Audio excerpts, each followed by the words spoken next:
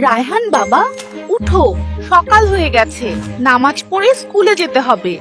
আচ্ছা দাদি, উঠছি।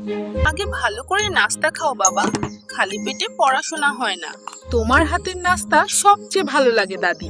রায়হান, খেলবে ঠিক আছে, কিন্তু পড়াশোনাটাও জরুরি বাবা।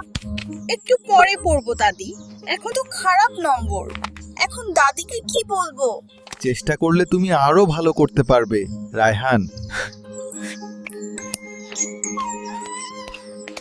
দাদি নিশ্চয়ই খুব রাগ করবেন। বাবা, ভুল করা খারাপ নয়। দাদি, আমি এবার সত্যই মন দিয়ে পড়বো। এভাবেই চেষ্টা করো বাবা, সাফল্য একদিন আসবেই।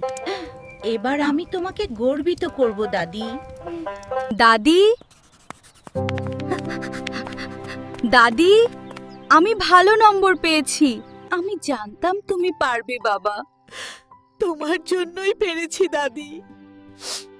সত্যিকারের ভালোবাসা শুধু আদর নয়,